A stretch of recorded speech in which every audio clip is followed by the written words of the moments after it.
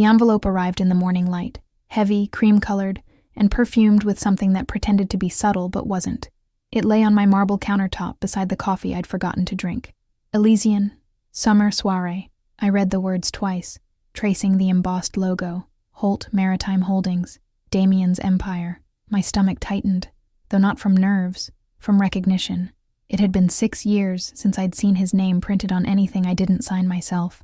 6 years since he'd bought my company under false pretenses, absorbed my designs, and fired my team within a month. The Yacht Elysian had been the crown jewel of that acquisition. My design, my hull curvature, my propulsion concept. It had sailed without me, christened with champagne, by people who'd never touched a drafting table in their lives. And now, apparently, I was invited to admire it from afar. Except the envelope wasn't really meant for me. The salutation read, "To Ms. Ava Voss, Event Logistics." Someone had mistaken me for a member of the staff, or perhaps more accurately, someone hadn't mistaken me at all. They simply assumed that's all I could be now. I smiled. Assumptions were useful things. They built walls high enough to hide behind. By noon, I had confirmed the guest list. Tech billionaires, European heirs, magazine photographers. Damien would be there, of course. And Clara Wynne, his new investor and once upon a time my friend. I remembered the night Clara called me naive for believing innovation mattered more than money. She had been right, though not in the way she imagined. The party would take place off the coast of Monaco, a floating palace for those who believed gravity existed only for other people. I booked a flight under the name Ava, not Arya. A silent letter could change a story. A near the marina shimmered under late afternoon sun when I arrived 2 days later. Elysian towered above the other yachts, white, radiant, excessive. Crew members moved with choreographed precision, their uniforms immaculate. One of them, a young woman with sea-gray eyes, looked up and smiled faintly when she saw my badge. "Event support?" she asked. "Yes," I replied. "Logistics. Then you're with us below deck." The words were not unkind, but they landed with the weight of hierarchy. I followed her down a narrow corridor lined with chrome and marble. The air smelled of salt and wealth, the kind of wealth that sterilized everything it touched. In the staff quarters, uniforms hung in perfect symmetry. Someone handed me a tablet with schedules, catering shifts, safety briefings. I skimmed them and smiled inwardly. The system's architecture was familiar. I had designed it myself years ago for Holt's fleet management software. My fingerprints were everywhere. They just didn't know. Later, standing at the service bar, I caught a glimpse of Damien on the upper deck. He looked exactly as I remembered, tailored, tanned, and utterly convinced of his own immortality. Clara stood beside him in silver silk, laughing like a blade catching light. Their laughter drifted down toward me, bright and cruel. Someone handed me a tray of champagne flutes. I carried it toward the guests, silent, invisible, just another pair of hands in white gloves. As I passed Damien, he didn't even glance at me. He brushed a drop of champagne from his cuff and said to Clara, "You can always tell the staff by the way they look at the ocean, like it belongs to someone else." I paused for half a second, long enough to memorize the tone, the arrogance, the certainty. He had no idea that the ocean was the only thing that ever truly belonged to me, and by the time the night ended, so would Elysian. And they put me in whites that smelled faintly of starch and diesel. The uniform wasn't unflattering, just erasing. Names turned into roles. Stew, deck, galley, bridge. I pinned on the badge that said Ava, and practiced the half-smile of someone who anticipates needs before they're spoken. The sea-gray-eyed crew member from earlier introduced herself as Mara, second stew. "If you get lost, follow the stainless," she murmured, and her mouth tilted like she'd said a joke often enough to make it true. Following stainless was following power. Railings led to doors that led to corridors that led to rooms with very expensive secrets. I memorized the paths. Guest suites to formal salon, salon to upper deck to bridge access. Code pad hidden behind a framed photo of the Elysian cutting a ribbon of blue. Below, the crew mess pulsed with quiet efficiency. A whiteboard repeated the catechism. Service, safety, discretion. Discretion, the chief stew reminded us before the first tender delivered guests. No opinions, no eye contact unless they initiate, no stories. She looked directly at me when she said it. I lowered my eyes and said, "Yes, ma'am," as if I hadn't built whole teams on the opposite of that word. The tender, offloaded men whose shoes cost more than wages, and women whose dresses were sewn to be remembered from 30 paces. I carried silver trays through a world that pretended to hover above consequence. From this angle, their reflections in the curved glass looked distorted, elongated, almost monstrous. Then, the glass shifted, and the angles were flattering again. Money fixes perspective. Champagne, I said to a man comparing helicopters. He took a flute without looking. Thanks, sweetheart. Tell the chef the tuna was brave. Of course, I said, and thought, the tuna didn't volunteer. Clara found me first, not because she recognized me, the uniform prevented that, but because she was trained to recognize where control pooled and where it leaked away. She used to study rooms like I did. You, she said, a fingertip tapping my tray. The flowers in the VIP suite are wrong. I asked for white peonies, not roses. Her smile was polished malice. They arrived late from shore, I said evenly. I can switch. I could have told her peonies don't tolerate salt air the way roses do. I didn't. Invisible people withhold the kind of knowledge that costs nothing to give and everything to show. In the service pantry, I opened a maintenance panel with my hip while stacking plates with my hands. A sliver of circuitry winked behind the veneer. Holt's fleet system, my system, wore a new skin, but its bones were mine. I traced the diagnostic port, the fiber feed, the discrete backup line. Redundant pathways. Redundancy is either paranoia or experience. With Damien, it had always been both. First time? A voice asked. The chief engineer filled the doorway, arms folded over a polo the exact blue of deep water. His name tag read, Luca. On a boat?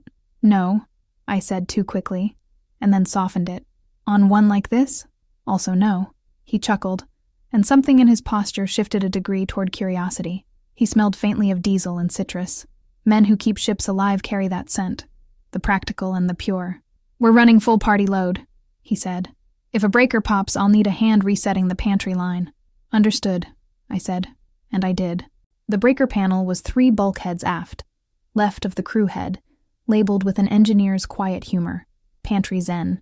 Between service passes, Mara and I polished glassware and collected anecdotes to turn into silence. Clara Wynne tipped in coins last year, Mara whispered. Like a queen buying absolution. She prefers absolution with receipts, I said, and Mara's eyes flicked up, sharp. You know her? I know what she does when the camera isn't looking. Above us, Damien held court. I caught pieces of his rhetoric as I moved. Supply chain verticalization, offshore tax but onshore jobs, the romance of the sea, phrases that tasted like salt and spin. In the reflection of a chrome column, I saw him gesture toward the horizon. And when you own the vessel, he told a duke who'd never seen a storm, you own the weather. You don't own weather, Damien. You bargain with it. In a closet where stemware slept, I took out my phone and angled it behind a stack of linen so the camera watched the passage. The lens caught a flash of a manifest pinned under magnets, bunker fuel deliveries, provisioning invoices, a note about a survey overdue, class certificate conditional. I felt the small electric thrill that starts as curiosity and matures into leverage. On a break technically too short for breath, I slipped to the crew Wi-Fi terminal, opened a private tunnel, and pulled public registries. Elysian, IMO number, port of registry, mortgagee. A holding in Malta, collateralized through a bank in Zurich with covenants that read like a prayer I could answer. One clause glowed, event of default upon material misrepresentation or failure to maintain class. Another, right of first refusal to acquire indebtedness upon covenant breach at par. Someone at Holt's Legal had been sloppy enough to grandfather an old template. Templates are where empires forget they bleed. I screenshotted, encrypted, sent a single sentence to Lauren. Can you buy the weather? Attached. Registry, lender, the clause. Her reply came 3 minutes later. A miracle at sea. Not the weather. The sky it sails in. Give me 24 hours and a reason. I put the phone away. I still needed the reason. It arrived on the aft deck, when a guest in a green suit snapped his fingers for me, like I was a memory he'd misplaced. The help, he said to no one, as if naming me also absolved him of it. She'll know where they hid the good cigars. I smiled like a harbor on a windless day. The humidor is in the owner's study. Only certain guests are cleared. And you'll clear me.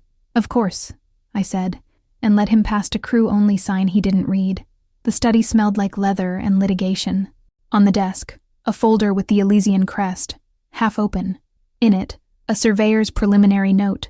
Stress microfractures at the stern thruster tunnel. Not critical, yet. Critical when ignored, and combined with overload in heavy seas. Storm cells gathered on the horizon, small and dark and patient. Back in the pantry, Luca passed me a wrench instead of a word. "Breaker," he said. We walked the narrow hall together, shoulders nearly touching. "Weather's turning," he added, like an afterthought. I kept my voice level. "Is the stabilizer happy?" "It will be," he said. "If someone who knows the system when it was honest still remembers how to whisper to it." "I remember," I said, and watched him really see me for the first time. On the upper deck, Damien laughed, and the yacht answered with a low tremor through its bones. Power humming, weather forming, assumptions holding, for now. I carried another tray into a world that refused to see me, and felt the first cool edge of wind on my skin like a promise. By dawn, I would have the reason, and by dusk, I would have the sky. Você disse, at a billionaire's yacht party, they called me the help. Now I own the yacht and the crew. The sound of the yacht's engines lulled most of the guests to sleep. Only the crew moved now, shadows in soft-soled shoes. I slipped down to the mechanical level, where the hum was constant and honest. Down here, metal didn't pretend. Metal remembered. The vibration against my palm felt almost personal, a pulse I'd once designed. The same blueprint that Damien had claimed as his innovation. He'd changed the name, the color, the credit, but not the shape. He couldn't. The curvature of the hull was mine, born from sleepless nights and a dare to make something that could cut through a storm like it was silk, a storm like the one I could already feel coming. I leaned against the bulkhead and let memory pull me backward, 6 years earlier, to the smell of solder and salt that had defined my first office. Voss Marine Dynamics had been a handful of people and a dream we were too tired to doubt. Our prototype had impressed investors, but not enough to protect us from predators. Damien Holt arrived then, the investor who spoke like a friend and negotiated like a knife. He'd said all the right things. Strategic partnership, shared vision, female leadership in engineering. I'd believed him, at least long enough to sign the documents that turned my invention into his property. The day after the acquisition, he'd sent an email. Effective immediately, you're being transitioned into an advisory role. Compensation attached. An advisory role. It meant disappear. I'd lasted 3 more weeks inside Holt Maritime before walking out. But by then, the first Elysian was already under construction. My design stripped of my name, my patents refiled under his. The only thing I took with me was the knowledge of how the system worked, and how to break it when the time came. The time had come. A soft click broke my reverie. Luca was standing in the passageway, holding 2 mugs of coffee that looked illegal this late at night. "You shouldn't be down here," he said quietly. "I like the sound of truth," I replied. He smiled, a small, uncertain thing. Truth sounds expensive. He handed me a mug. The gesture was simple, but his eyes held questions he hadn't yet earned answers to. "You know this ship too well for someone doing event logistics." "I've read a lot of manuals," I said. He chuckled. "You'd have to have written them to know where the auxiliary breaker hides." I didn't answer. He didn't push. Smart man. We drank in silence until a call crackled through the radio. Weather alert. Cells approaching from the southwest. Luca muttered something in Croatian that sounded like a prayer and set his mug down. "We'll be fine," he said, but I heard the hesitation. The stress fractures in the stern tunnel, the ones I'd seen in that report, were no longer theoretical. Heavy seas could turn them into a headline. When he left, I opened the engineering console. Password, Holt 2021. Predictable. The system opened like a confession. I didn't alter anything. Not yet. I only watched, monitoring pressure, torque, balance, knowing what could fail and when. Above deck, laughter echoed faintly through the ventilation shafts, the expensive, careless kind that only comes from people certain the world exists to amuse them.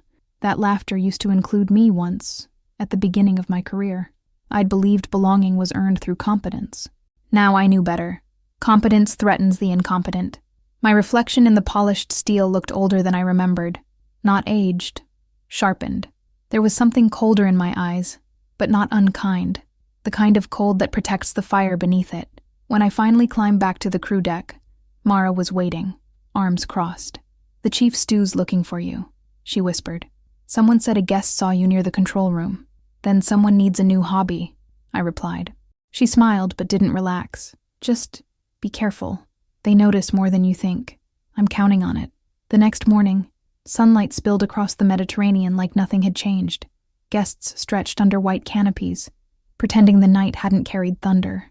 Damien stood on the upper deck, phone pressed to his ear, barking at someone about market volatility and liquidity triggers. His empire was always one gust away from collapse. He just hadn't realized the wind was already on board. I moved among them with practiced invisibility, offering espresso, polishing glass, listening. One investor mentioned a pending refinancing. Another whispered about a debt covenant. The words were like coordinates on a map I already knew how to read. Before breakfast ended, a notification buzzed against my hip. A message from Lauren. The bank confirms covenant breach if class cert lapses during voyage. We can buy the debt by Friday. Need a reason before noon tomorrow. I slipped the phone back into my pocket. A reason. Damien would provide it himself. He always did. I looked out at the horizon, where the sky blurred into water, and thought of what he once told me during the acquisition. A ship is just a reflection of its owner. He'd been right. This one was full of cracks. By the time the storm arrived, those cracks would be visible to everyone, and when it passed, Elysian would finally belong to the person who built her. By dusk, the water wore a bruise-colored sheen, violet shading to steel. Lanterns lit the Elysian in careful halos, and the upper deck transformed into a stage where money rehearsed its favorite play, benevolence. A string quartet tried to coax warmth from a cooling wind. The menu card used verbs as decoration: foraged, hand-dived, line-caught, as if adjectives could bless appetites. We were masked, all of us. The guests behind hand-cut satin, the crew behind smiles starched into place. I tied the thin ribbon at my nape and checked the service line. Amuse-bouche sequenced to champagne, caviar to mother-of-pearl, silver cutlery that wanted its reflection flattered. The chief stew recited placements like a litany. I could have done it blind. Clara arrived last, draped in mercury and certainty. Her mask was a glittering crescent that made her look like she was permanently mid-insult. Damien offered his arm. She took it as if accepting a kingdom. To beginnings, he told her. To leverage, she corrected, and they both laughed. Their table sat 12, dukes of nothing, heirs of everything, one tech founder who treated each course like a funding round. I glided between chairs, a tide that returned what it took. Empties for refills, plates for plates. No one saw me. I was the architecture that made their evening possible. Your investor deck last quarter was art, the founder told Damien, especially the bit about certification. Damien flashed the smile he used to close deals. Class is a formality when you build to a higher standard. Formality. I thought of the conditional stamp on the survey note. Standards are cliffs. You don't see the drop until you're over it. When the third course landed, Clara rose, a silver shard catching light. Darlings, she said, tapping her glass with a spoon she had not earned. The quartet paused mid-phrase. Conversations folded inward. She waited the exact number of breaths required to be obeyed. I want to propose a toast, she purred.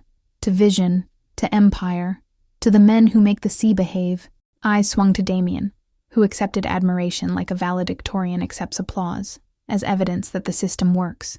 Clara lifted her flute, then, with the accuracy of a surgeon, pointed it at me. And to the unsung, the help, without whom we might be forced to pour our own champagne. Laughter, light and obedient, the kind that knows it's supposed to exist on command. Heat rose in my face, and then left it entirely, like a wave that decides not to break. I steadied the tray and watched Clara watch me, searching for a flinch. She wanted spectacle, a tiny humiliation to garnish the course. Damien didn't glance at me. Here, he said, generous with what cost him nothing.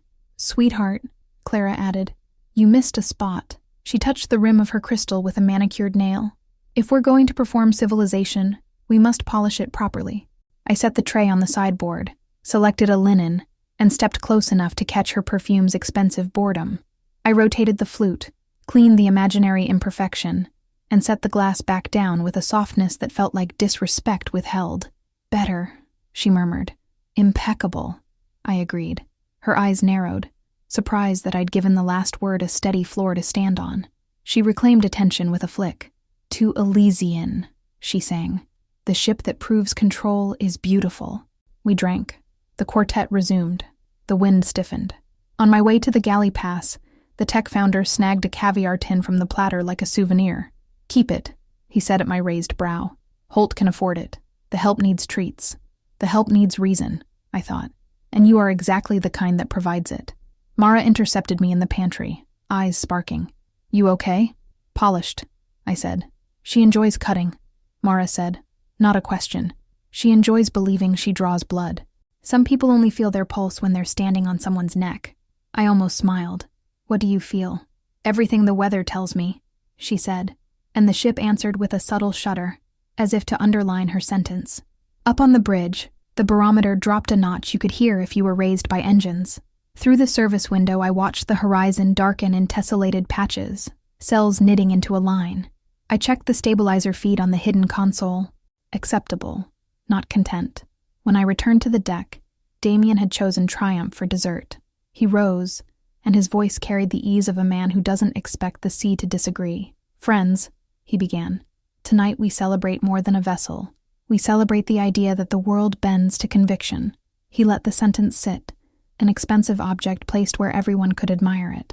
"My team," he gestured vaguely toward the crew, "makes magic look routine. We glide because we refuse to acknowledge friction." He lifted his glass high. "And to our partners who believe before numbers make belief mandatory." Clara nodded as if she were the inventor of belief. I stepped in to refill a duke and caught a final line, tossed off like a coin. "Class surveyors love to find problems. Good men pay them to look elsewhere." There it was. The reason, spoken into a dozen open mouths. I didn't look at anyone when I crossed to the service station. My hands performed the liturgy of glasses and bottles. My mind wrote a single sentence to Lauren. Material misrep plus admission before witnesses. Recordings available. I slid my phone against the linen stack, camera forward, red dot patient. As the toast dissolved into new conversations, a gust lifted the edge of the linen on the aft railings, snapping it like a flag. Guests pulled wraps tighter, laughing at the drama of weather they thought was decorative. Clara brushed by me on her way to the dance area, voice low enough to be intimate and loud enough to be cruel. "Chin up, sweetheart. Dignity looks better when it's silent." I turned slightly so only she could see my mouth move. "I prefer it signed." She blinked, a micro-stutter, then smiled the way people smile at puzzles they assume are beneath them. Adorable. She disappeared into the music. The wind did not. Somewhere below, Luca rerouted power to keep the dance floor from flickering. He would feel each swell first. The ship tells the honest men before it tells the masters. I moved through the last course, absorbing fragments, refinancing, tax, a rumor about a government contract, the kind of talk that floats best on calm seas. By the time the quartet packed their bows, the first drop hit the teak with a sound so soft, only the crew heard it. Mara glanced up. I glanced at the horizon. Damien asked for a nightcap and called it courage. In the pantry, I checked the feed. Pressure climbing, torque edging crimson when the bow met the wrong kind of water. The survey note on stern microfractures pulsed in my memory like a wound. I sent Lauren a final message. Storm by midnight. If class lapses under load, we trigger. Prep the purchase. Her reply came like thunder pretending to be text. Signed LOI with lender contingent on event. I'll be awake. The wind rose. The mask stayed on. Clara's toast still hung in the air, all glitter and blade. She wanted to show the world how control shines. The sea was ready to show her how it fails. The storm arrived quietly at first, the way all revolutions begin. The wind pressed its hand against the hull like a lover testing boundaries. Lightning rippled somewhere beyond the horizon, and a few of the guests clapped as if the weather existed for their entertainment. I knew better. The sea doesn't perform. It reminds. Down in the service pantry, the intercom crackled with a warning from the bridge. Stabilizers to level 3. All loose serviceware secured. The chief stew barked orders. Mara and I tied down bottles and latched drawers that never needed latching before. Somewhere above, Clara laughed. The sound was brittle glass in a hurricane. I moved through the corridors like a ghost with a checklist, one hand on the wall, feeling the subtle tremor of strain where the stern thruster housing carried more tension than it should. Metal talks to those who know its language. This one whispered that it was afraid. The guests were still pretending everything was fine when the first tilt of the deck sent champagne sliding off tables like surrender. Damien appeared, calm in the way only men with cameras nearby can be. "It's nothing," he said, waving an expensive hand. "Just weather-playing dress-up." But the color in Luca's face when he passed me near the engine room told another story. "We're running hot," he muttered. "That fracture you saw? She's singing now." He didn't ask how I knew about it. The time for questions had drowned somewhere behind us. I followed him down to the control room, my cathedral of circuitry and betrayal. Screens glowed with data I had once created from scratch. The system still recognized my architecture. When I brushed my fingers across the interface, the cursor moved as if remembering its designer. "Who installed this update?" I asked. "Holt's Consultants," Luca said. "Didn't test half of it. Said it was proprietary." "Proprietary," I repeated softly. "That's his word for theft." He frowned. "Can you fix it?" "I can decide who owns it," I said. A red light blinked on the aft diagnostic. The hull stress line had reached its threshold. One more impact, and the conditional class certification would fail. That was the breach Lauren needed, the trigger for the buyout clause. I took a deep breath, let the rhythm of the ship steady me, and sent her a message through the satellite link. "Class failure imminent. Proceed." Then I turned to Luca. "Cut speed to half. Redirect power to stabilizers." He hesitated. Damien gave orders to maintain course for optics. "Optics don't keep ships afloat. I'll take the blame," he said quietly, and adjusted the controls. The lights dimmed, but the vibration eased. Above us, the music stopped. The guests must have felt the deceleration. The sea was beginning to ask for respect, and for once, someone listened. When I climbed back to the deck, the storm had matured into spectacle. Rain streaked the glass walls. Damien stood beneath the canopy, phone to his ear, shouting into the wind. Clara clung to a railing, mascara melting into art. I crossed the deck, calm as a priest in chaos. "We're reducing speed for safety," I said. Damien spun, eyes full of disbelief. "Who authorized that?" "The ocean," I said simply. He laughed, sharp and humorless.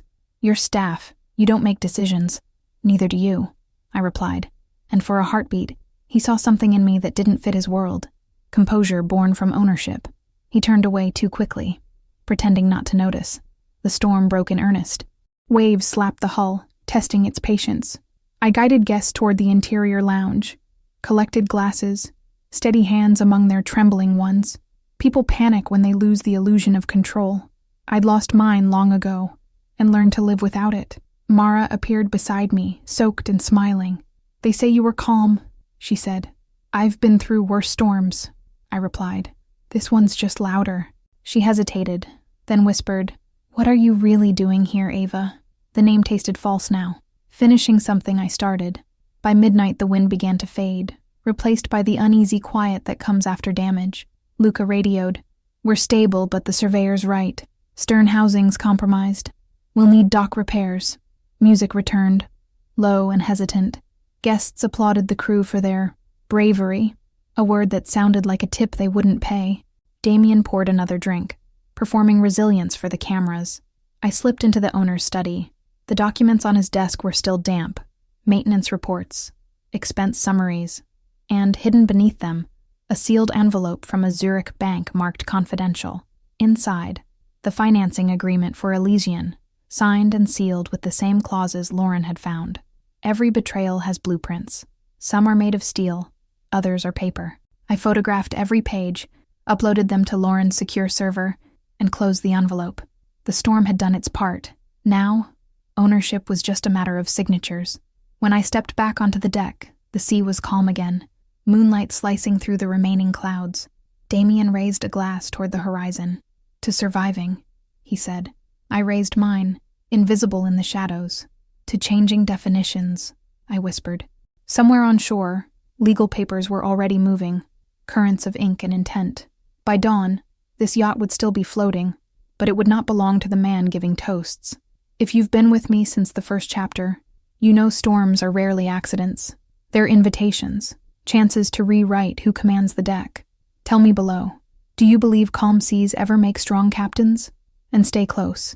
The next tide will decide who really owns the Elysian. Arenenamam. The storm returned just before dawn, as if it had unfinished business.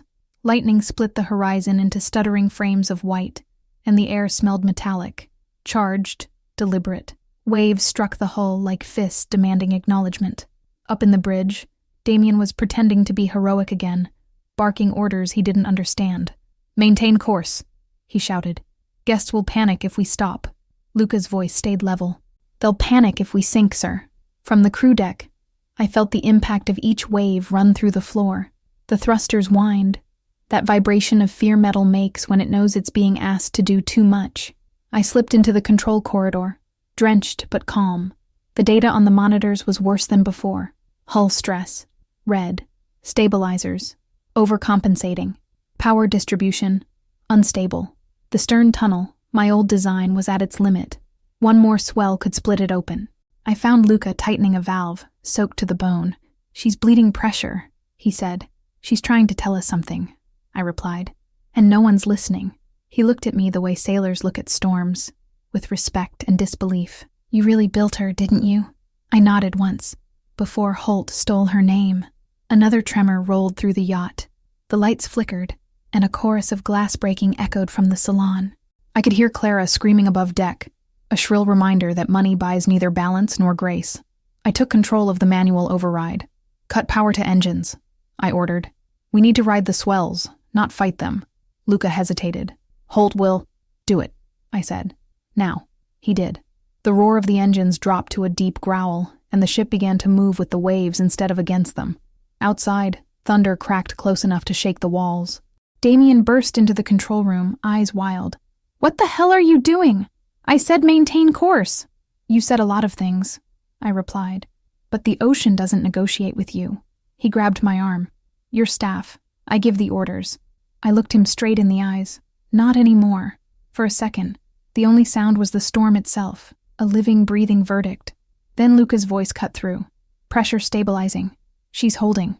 I pulled my arm free. "You should thank the help, Damien. We just saved your yacht." He opened his mouth, but before he could speak, the yacht tilted sharply, throwing him against the bulkhead. The sound of tearing metal followed, that long, low scream of steel surrendering. Alarms lit up the board. "The stern housing's gone," Luca yelled. "Flooding in compartment 3. Seal it," I ordered. He ran for the emergency controls. I grabbed the radio mic. "Crew, initiate flood protocol. Move passengers to midship." My voice echoed through the yacht's corridors. For the first time, people listened. No laughter, no commands from the upper deck. Just obedience born of fear. Clara stumbled into the control room, mascara streaked, shoes gone. "Do something," she cried. "You're supposed to fix things." I turned to her slowly. "We are. You just don't like the method." Her gaze flicked to Damien, crumpled against the wall, water seeping under the door. "You said this ship was unsinkable." He didn't answer. Mara's voice crackled over the intercom. "Flood doors sealed. Passengers secured." Luca reappeared, dripping and pale. "Hull breach isolated. Bilge pumps compensating." The storm began to ease, the thunder moving farther away. The worst had passed, but the damage was done, and recorded. The system log would show everything: structural failure, certification lapse, negligence under command. Proof, the clause Lauren needed. I typed a command into the console and exported the file to a secure server. Ownership, rewritten in real time. Damien staggered to his feet. "You sabotaged this," he spat. "You wanted this to happen." "No," I said softly. "I just stopped pretending it wouldn't." He lunged toward me, but Luca intercepted, shoving him back against the wall. "You don't touch my engineer," he said, and for the first time, I saw what loyalty looks like when it isn't bought. I left them there and climbed to the deck. Rain still fell in silver needles, but the horizon was beginning to glow with the first light of morning. The Elysian floated battered but alive, her engines silent, her arrogance humbled. The guests huddled under blankets, wrapped in disbelief. When Clara saw me, she flinched as though I were the storm itself. I looked out over the water, letting the wind whip my hair across my face. "She'll hold," Luca said behind me. "I know," I replied. She always did. Below deck, the pumps roared to life. Above, the sun clawed through clouds like a verdict in gold. I took out my phone and sent one message to Lauren. "Hull breach confirmed. Class failed. Execute acquisition." Her reply came moments later. "Done. You're the owner of the vessel effective 05:17 a.m. I stared at the sea and exhaled. "Welcome home, Arya," I whispered to myself. The Elysian belonged to me again, body and soul. And if you've ever waited for justice to surface, remember this moment. Sometimes the storm isn't there to destroy you. Sometimes it's the only thing strong enough to bring you back. Tell me in the comments, would you have faced the storm or turned back to shore? Your answer might reveal the captain in you. Morning came quietly, with the kind of light that exposes every lie. The sky above the Elysian was pale and clean, as if the storm had taken something from everyone on board. The ocean was glass again, deceptive, reflective, pretending it hadn't almost claimed a dozen lives. By the time I stepped back into the control room, the emergency lights had faded to steady white. Luca was asleep in the chair, his arms folded across his chest, the exhaustion of the night written on his face. Damien sat slumped against the console, soaked and furious, clutching a tumbler half full of someone else's whiskey. "Congratulations," he said when he noticed me. "You get to be the hero of a shipwreck that never happened." I glanced at the screens. Engine status stable, water containment green. "If it didn't happen, that's because I stopped you from making it worse." He laughed, brittle as glass. "You sabotaged me. You wanted this." "What I wanted," I said, "was accountability. Something you've never learned to survive." He slammed the glass down, liquid spilling across the control panel. "You think you can take my company? My yacht? My name?" "Correction," I said softly. "I already have." His face went slack. "What are you talking about?" "The hull breach triggered a clause in your financing contract," I explained. "Your insurance invalidates under gross negligence, and the lender's agreement passes ownership to the guarantor." He blinked, trying to assemble words that could undo what was already finished. "I'm the guarantor, Damien." He stared at me, truly seeing me for the first time since the day he'd fired me 3 years ago. The engineer he'd dismissed in a boardroom full of men who called my designs too theoretical. "You planned this," he whispered. "I planned to survive," I corrected. The rest was inevitable. For a long moment, the only sound was the hum of the machinery, the ship still alive, loyal to the one who understood her. Then, from the stairwell, Clara's voice arrived, trembling and sharp. "Is it true?" she demanded, stepping into the room. Her gown was ruined, her hair wild, her eyes burning with disbelief. "The crew's saying you own the Elysian. Tell them it's ridiculous." I turned to her. "It's not ridiculous. It's documented." "Damien!" she shouted. "Do something!" He didn't answer. He looked smaller now, like the sea had taken his posture. "You think a piece of paper changes anything?" she hissed. "You'll always be what you were last night. The help."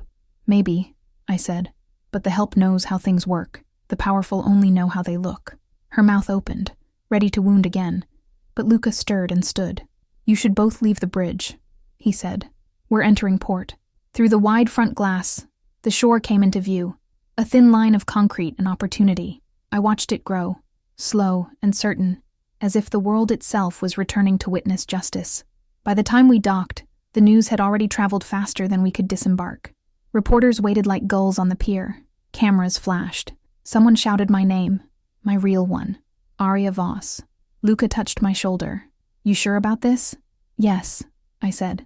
"It's time they see what they tried to erase." Damien followed behind me, pale and shaking, while Clara whispered frantic phone calls that would solve nothing. I stepped onto the pier, each stride a quiet declaration. Lauren was waiting at the end of the dock, a sleek figure in black, holding a folder that could rewrite empires. "Congratulations," she said, handing it to me. "Transfer of ownership completed. The Elysian is yours, along with Holt Maritime's majority assets. The press will want a statement." "Give them this," I said, taking the folder. "Tell them integrity floats longer than ego."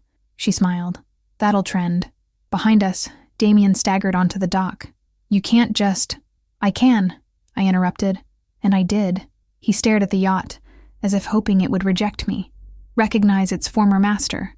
But Elysian lay still, her reflection undisturbed, a mirror that finally told the truth. The reporters swarmed, microphones lifted like weapons. "Miss Voss, how does it feel to own the yacht you once served on?"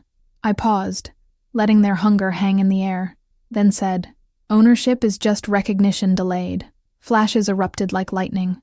I turned away, walking down the dock as the questions followed, each one trying to grasp the story, none realizing they were part of it. In the car, Lauren handed me a tablet showing the financial feeds. "Holt stock's collapsing. The lenders are shifting everything under your holding company. You're in control, Aria." I stared out at the sea, still heaving under the pale morning light. Control is temporary, I said. But legacy, that stays. She looked at me sideways. You're trending across every platform. Good, I said. Let them watch. They should see what happens when you underestimate the quiet ones. I closed my eyes and breathed in salt and victory, two things that sting before they heal. For anyone reading this, remember, storms end, but the waves they leave behind shape every coastline. If you believe in calm revenge, in justice served without shouting, tap the like. Tell me below, when power shifts, do you stay silent or steer? By the time the sun slipped over the marina, the world already had its version of events. News feeds called it the storm takeover. Business outlets preferred the silent coup at sea. And the tabloids, of course, went with the help who sank a billionaire. Every photo captured the same moment, me stepping off the Elysian, drenched in salt and defiance, holding the folder that had ended the Holtz. For years they'd written the story. Now, I was the author. Lauren handled the avalanche with surgical precision. You'll need a statement for the shareholders, she said, scrolling through updates on her tablet, and a softer one for the public. They like resilience, but they love redemption. Redemption for who? I asked. Holt or me? For anyone who's ever been underestimated, she said. That's your market now. We were in the penthouse boardroom of Holt Maritime, my company, though the name hadn't caught up yet. The air smelled like cold glass and expensive fear. The executives sat across from me, each one pretending they hadn't celebrated Damien's empire 2 days ago. They called me Ms. Voss now, their voices careful, reverent. Effective immediately, I said. We're restructuring. Every department head will submit independent audits. Every contract Damien signed in the past year will be reviewed for conflict of interest. A murmur rippled around the table. I continued. The company was built on arrogance. We'll rebuild it on competence. If that makes anyone uncomfortable, the exit package is generous. Lauren gave me a slight nod. Approval disguised as neutrality. When the meeting adjourned, the executives scattered, whispering into phones, already recalculating loyalties. I stayed by the window, watching the Elysian anchored below, smaller from this height, but still impossibly alive. It wasn't just a yacht. It was a confession made of steel. Press conference in 1 hour, Lauren reminded me. I looked at my reflection in the glass. Calm, composed, almost unrecognizable from the woman who once carried trays across a deck. They'll want blood, I said. They'll settle for truth, she replied. Just decide how much of it to give. The cameras waited like predators dressed in civility. Flashes erupted as soon as I stepped onto the podium. The background bore the new logo Lauren had designed overnight. Elysian Group. Sleek, silver, inevitable. Ms. Voss, a reporter shouted. Were you plotting revenge from the start? I was plotting survival, I said evenly. The revenge wrote itself. Another voice. Do you regret what happened to Damien Holt? I regret that integrity had to drown for people to notice it existed. A collective murmur. Pens scratched. Cameras clicked. What happens to Holt Maritime now? It evolves, I said. The sea rewards those who listen. We stopped listening years ago. That changes today. Lauren stepped forward and announced the details. Full acquisition, leadership overhaul, new sustainability projects named the Elysian Initiative. The crowd loved that. Redemption packaged in green. When it ended, I walked past the reporters to the pier. The Elysian rocked gently against her moorings, as if waiting for acknowledgement. I placed my hand on the rail. The metal felt warm, alive. You were always mine, I whispered. They just didn't read the blueprints. Behind me, footsteps, soft, deliberate. Luca, they're saying you saved everyone, he said, that you risked your life to stabilize the ship. I saved the ship, I replied.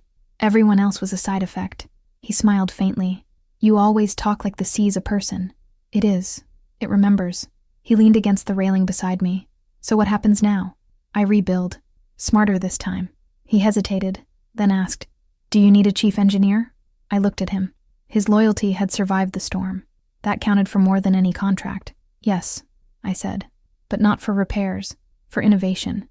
The gulls screamed overhead, a sound like punctuation to endings and beginnings. That evening, the city lights shimmered across the harbor, and the world began to move again. The media cycle shifted to another scandal. The Holts retreated into silence. But something new was forming beneath the surface, a quiet current of respect. Investors called. Journalists reinterpreted. Anonymous women sent emails with subject lines like, "Thank you for reminding them we exist." I answered one, "We were never gone. We were just waiting for the right tide." Lauren appeared with a glass of wine. "You realize you've become a symbol," she said. "Every article calls you the woman who turned humiliation into equity. Symbols fade," I said. "I prefer legacies." She laughed softly. "Then we should start your foundation." I raised an eyebrow.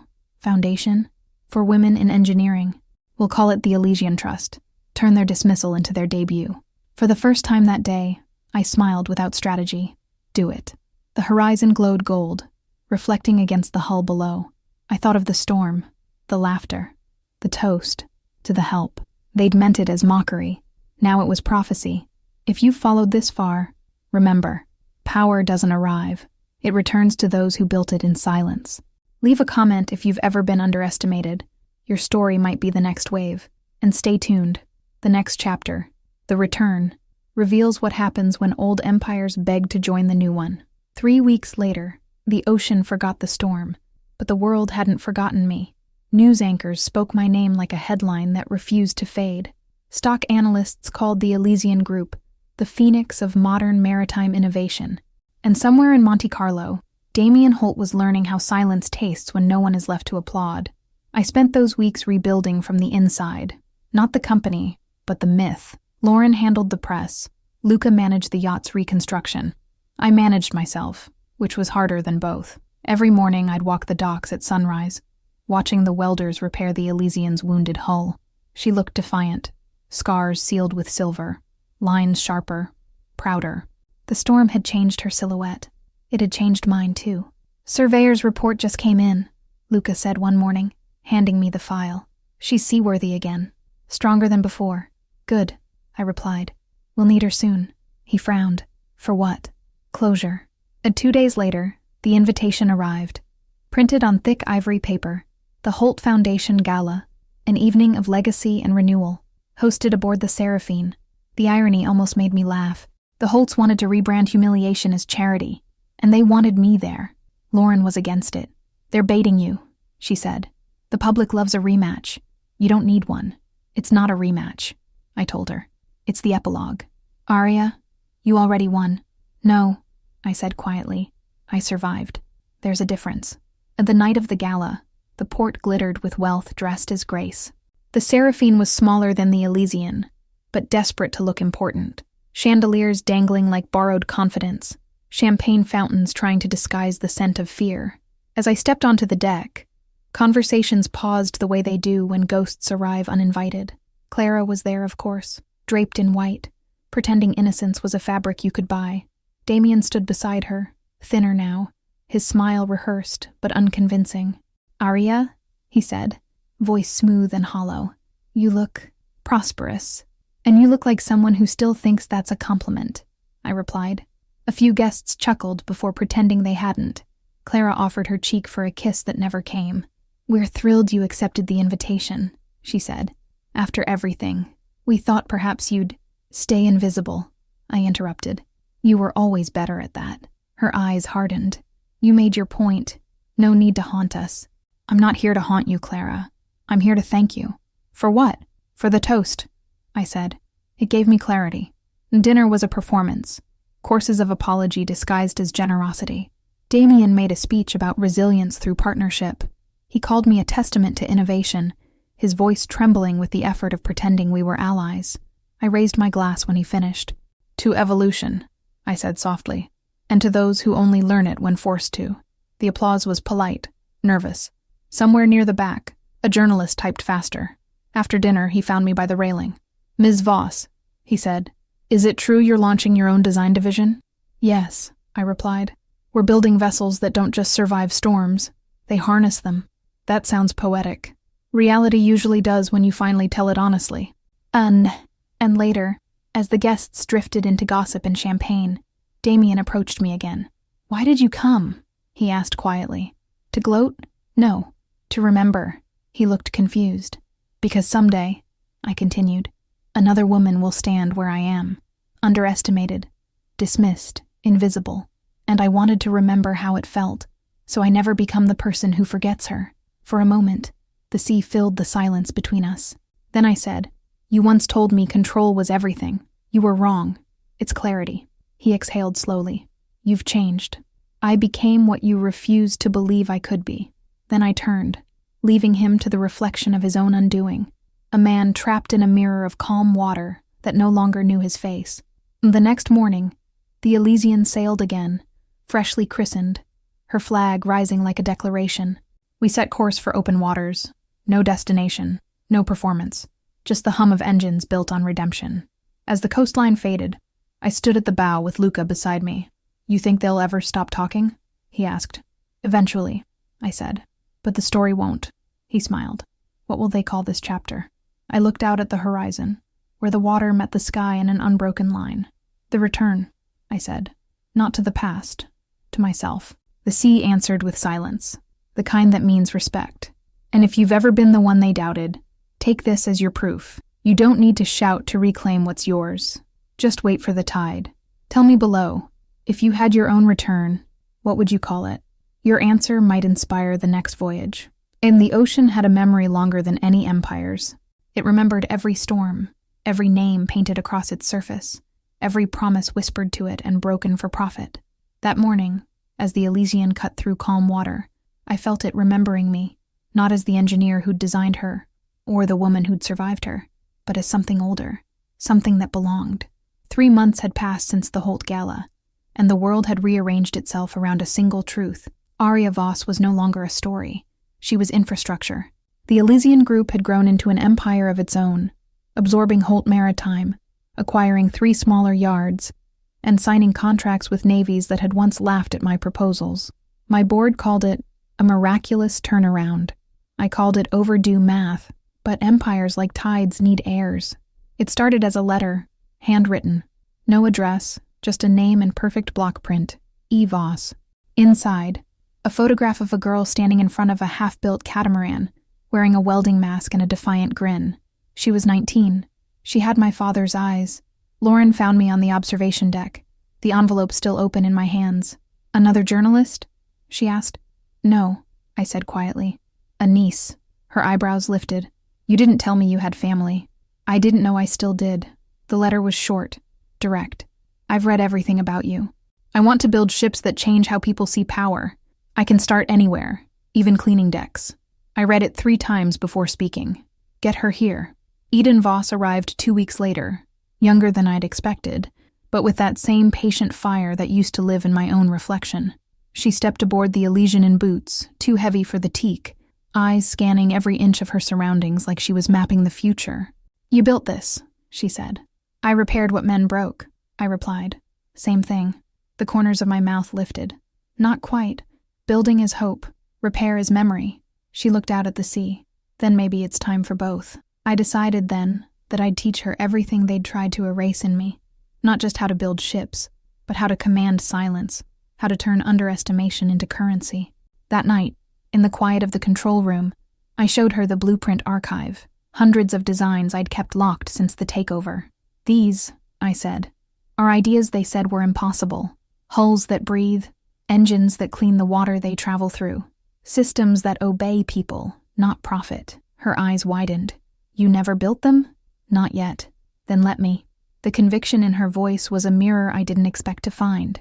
For the first time since the storm, I felt something close to pride, not the cold satisfaction of revenge, but the warm, dangerous kind that builds legacies. Over the next weeks, Eden proved herself faster than I had words to describe. She learned the balance between grace and force, between engineering and instinct. She reminded me what hunger looks like before it's disguised as strategy. One evening, as the Elysian glided toward open sea for her annual inspection voyage, Eden found me at the bow.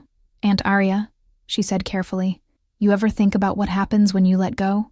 "Of what?" "Control." The word landed like an anchor. I turned to face her. "Control isn't a thing you hold," I said. "It's a current. You either move with it or drown under it. Then maybe it's time you moved." Her tone wasn't rebellion. It was inheritance. That night, under a sky fractured with stars, I opened the folder Lauren had sent earlier. Transfer agreements, leadership succession clauses, intellectual property rights, all ready for my signature. I'd built an empire out of silence and precision. The question was whether I trusted anyone to continue it. I watched Eden through the glass wall of the bridge, her silhouette framed by the constellations. She was checking readings, steady hands on the same console that once trembled under the weight of my fury. She didn't flinch at the alarms. She listened. The sea already spoke to her. I signed the first page, then the second. By the last signature, I felt lighter, not smaller. Lauren called minutes later. "You're certain?" "Yes," I said. "It's time the ocean learns a new voice." At dawn, I gathered the crew on deck. The air smelled of salt and possibility. "This yacht was once a cage," I told them. "Now it's a compass. We built it together. We survived it together. And today, we pass it on together." Eden stepped forward, unsure, until I placed the captain's insignia in her palm. "She's yours," I said. The applause began hesitantly, then grew, a wave of sound echoing across the water. Luca wiped his face with the back of his hand. Even Lauren smiled from the pier. Eden turned to me, voice unsteady. "What will you do now?" "Design something no one believes in," I said. "That's always a good beginning." When the Elysian pulled away from the dock, Eden at the helm, I stayed on the pier watching the horizon swallow her silhouette. She didn't wave. She didn't need to. The ship moved with the confidence of inheritance, the sea accepting her as its next conversation. And for the first time, I didn't feel the need to follow. Sometimes legacy isn't possession, it's permission. If you followed Arya's journey this far, tell me, would you have kept the power or passed it on? Comment below. Every story of release is a new kind of strength.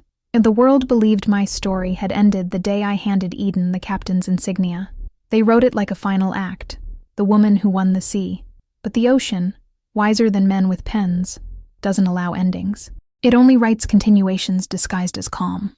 I retreated inland, to a cliffside workshop overlooking the Tyrrhenian coast. The locals called it La Officina del Mare, though no one had been invited inside. The walls smelled of salt and solder, of graphite sketches scattered like constellations across the drafting table. The sound of waves below kept rhythm with the pulse in my wrist. For the first time in years, I worked alone. No board meetings, no negotiations, no camera lenses searching for a quote, just the quiet argument between mind and material.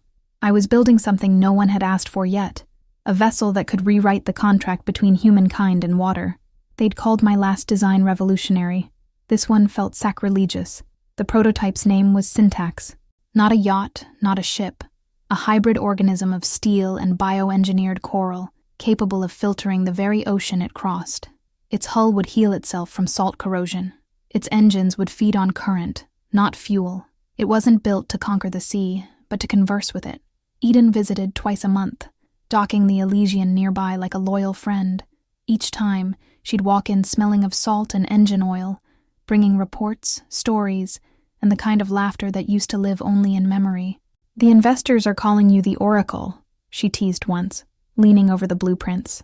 "They think you're designing something supernatural." "Supernatural is just nature, understood properly," I said. She grinned. "You sound like someone who's been alone too long."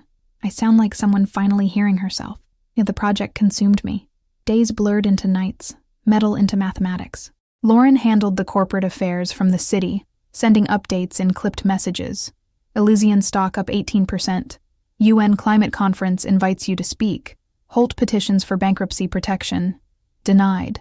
I ignored most of them. There are victories that matter only when you no longer need them witnessed. Still, the world crept closer. Journalists began speculating about Project Syntax. Rumors spread. A self-sustaining ocean lab, a floating city, a weapon. The truth was simpler, and far more dangerous. It was empathy engineered. One night, under a stormless sky, Eden found me asleep at the drafting table, surrounded by models and equations. She placed a blanket over my shoulders and studied the half-built prototype. "Do you think people deserve this?" she asked quietly. I opened my eyes but didn't answer right away. "Deserve?" I repeated. "No, but need." "Yes, that's enough." She hesitated, then said, "You used to fight them. Now you build for them." "I'm not building for them," I said, tracing the curve of the design. "I'm building past them." Then weeks later, the first section of Syntax's hull gleamed under the Mediterranean sun. Alive, faintly iridescent, like something the sea itself had grown. The engineers whispered about it as if it might listen. Perhaps it did. Luca joined the project, his steady hands and patience anchoring the chaos. "It's strange," he said, welding a joint that seemed to hum back. "Usually we make ships that fight the ocean. This one forgives it." "That's the point," I replied. "Forgiveness is stronger than defense." He gave a low laugh. "You're turning philosophy into hardware again. Someone has to." When the first sea trial approached, I stood on the dock in silence. The prototype shimmered like a thought caught between dream and daylight. Eden climbed aboard, eyes shining. "She's beautiful," she whispered. "She's necessary," I corrected. As the engines came alive, soundless, pulsing with current, the water around us brightened, almost glowing. Sensors registered oxygen levels rising, microplastics filtered, carbon absorbed. For the first time, the ocean breathed easier because of us. Lauren called from the shore, voice shaking despite herself. "It's working, Arya. You did it." "No," I said, watching Eden at the helm. "We did." "Aneen?" When the demonstration ended, the world finally understood. Governments offered contracts. Universities begged for partnerships. For once, I didn't see exploitation. I saw possibility.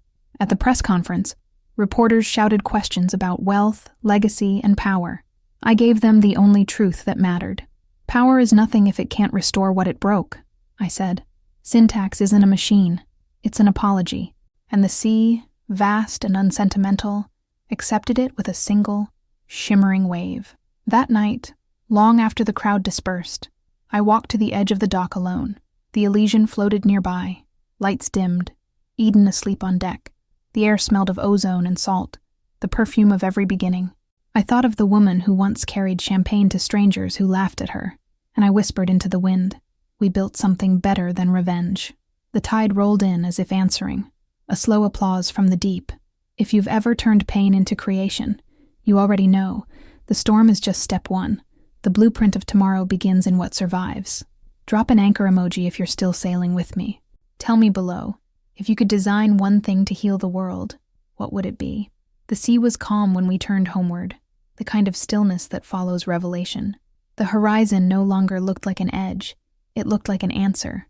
Syntax glided across the water in complete silence, its hull alive with reflected light. Beneath it, the ocean shimmered with a clarity that hadn't existed in years. The sensors confirmed what we could already see. Oxygen restored, toxins reduced, balance returning. It was working. It was all working.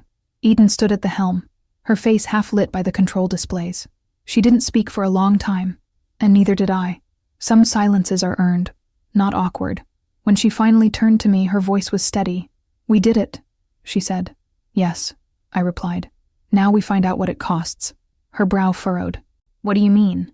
"Every invention changes more than it intends to," I said. "When people see what Syntax can do, they'll want to own it.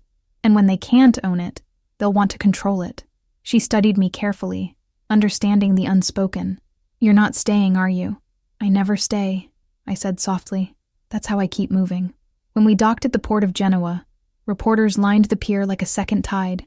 Lauren was waiting at the front, immaculate as ever, holding a stack of documents and a look that meant the world was about to erupt. "They're calling Syntax a miracle," she said. "Every government wants access. The UN wants to make it a global initiative. You've done it, Arya." "I've done enough," I said. She frowned. "You're not serious." "I am," I replied. "Let Eden present it. Let the next generation build from it. If I stay, they'll turn me into another empire. I'm tired of empires." Lauren looked at me the way a strategist looks at a battlefield that refuses to behave. "You realize what walking away means?" "Yes," I said. "It means peace." And that afternoon, I stood before the world one last time. The press conference was held on the dock beside Syntax, its silver hull gleaming under the Mediterranean sun. Eden stood beside me, calm, confident, ready. "Syntax," I began, "was never designed to make headlines. It was designed to make amends. For centuries, we've treated the sea as a resource instead of a relationship. This ship is proof that repair is possible, but only if we stop pretending that progress and care are opposites." The cameras clicked. The wind moved through the rigging, and I continued. "This technology belongs to no one. The patents have been released to open source. Every nation, every shipbuilder, Every student will have access. Innovation should never be private property. The crowd broke into astonished murmurs. Lauren's expression froze somewhere between disbelief and admiration. Eden spoke next. The Elysian Group will oversee the global implementation of syntax, but the design is free. The ocean belongs to everyone, and now, so does its restoration. The applause came in waves, but I barely heard it. I watched the horizon instead, the same line I'd chased all my life. I had arrived at last, and yet, arrival felt like release. That evening, after the press dispersed and the dock fell quiet, I walked the length of syntax alone. My reflection moved with me across the silver surface. I touched the hull, warm from the day's sun, alive with the faint pulse of energy still running through it. Luca found me there, hands in his pockets, his usual calm broken by hesitation. "So this is it?" he asked. "Yes," I said. "She doesn't need me anymore." "And you? What do you need?" "Something smaller," I answered. "Something human. Maybe a house near the cliffs, a desk by the window, space to design without purpose." He nodded, understanding. "You'll come back?" "I always come back," I said, "but never as the same person." From that night, I left quietly. No announcement, no ceremony, just a handwritten note for Eden on the captain's desk. "Keep her steady. Listen before you steer." The ocean doesn't need obedience, only respect. At dawn, I walked along the pier and didn't look back. The city behind me glittered with consequence. The sea ahead stretched endlessly, indifferent and forgiving. Every ending is an echo, and every echo needs distance to sound like truth. I found a small cottage overlooking the water 2 weeks later. White walls, quiet rooms, wind threading through the open windows. I worked in silence, sketching new forms not for industry, but for beauty. A sail that cleans the air, a buoy that sings to whales, a design meant to vanish rather than dominate. Sometimes at night, I'd hear Eden's voice on the radio, broadcasting from syntax, updates, discoveries, promises. The ocean answered her in tides. I never returned to the spotlight. I didn't need to. The sea already knew my name, and it carried it farther than fame ever could. If this story has taught me anything, it's that survival is not the same as victory. True triumph is leaving something better than you found it, and walking away while it still shines. And somewhere beyond the horizon, the Elysian sails still, a reminder that silence, when chosen, can be the loudest legacy of all.